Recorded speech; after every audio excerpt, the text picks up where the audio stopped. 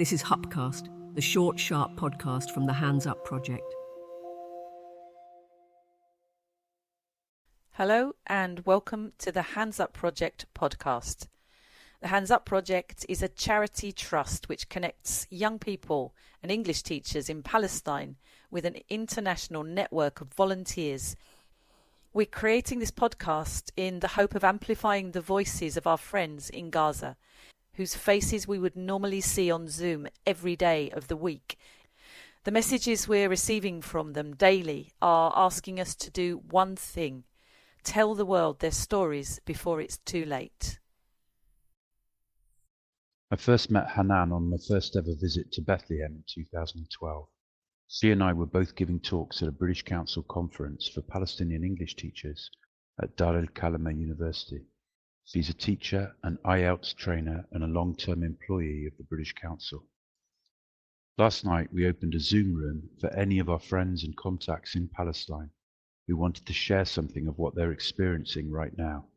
Very few people had strong enough internet to connect, but suddenly Hanan came into the room. Of course, it was so nice to see her after all this time, but then she said this. Actually, I have so many things. The first thing that I want to start with, Haya. She used to be one of my students and she moved to Gaza. I knew now that she was Tawjihi. Tawjihi means the last year in the high school where they should go to the university. Haya was turned about with bombing, Israeli bombings. The thing that I've seen lately from her was her will, and of course her name. Her mom, she wrote her name everywhere on her body. She wrote her name on her hands, on their thigh, on her back, and on her legs, on her hands, both hands, and she wrote. And I wasn't ready for that. If I knew that I'm gonna be here, I would have let you see her well. Her mom told her we must write your name, because if you just shattered into and died and torn into pieces, we couldn't recognize your body, so we have to write your name, Mom. And then she said, but yeah, okay, you just can write my name everywhere. Her mom was sadly couldn't write because she couldn't know how to write and read.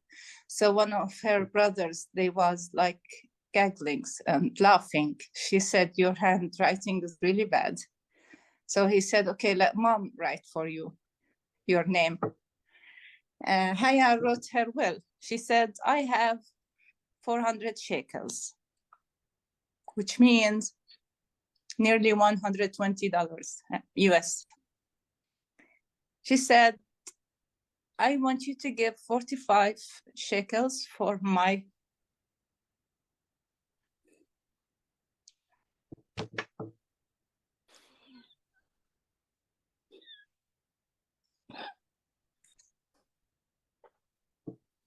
I'm sorry. She said she wants like 45 shekels to be given to Zena, her best friend. 50 shekels for Ihab, her young brother. 50 shekels for Lena, her younger. And the rest of the money, if Mom's still alive, she can take them to buy food, to buy bread, if anything they need, my brothers and sisters.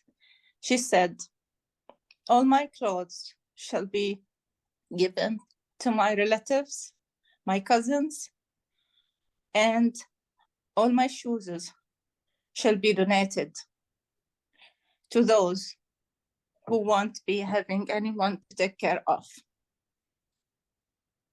Haya was bombed early morning today, and I saw her will.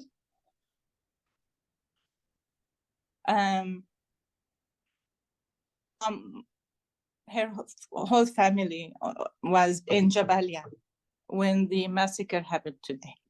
They all gone. So I think her money would have been buried with her after all. I'm sorry, guys. I'm really sorry.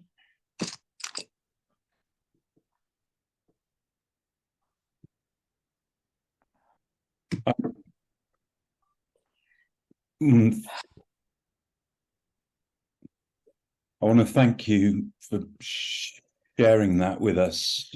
That must have been really hard to tell us, and it was hard to hear it, but we need to hear it.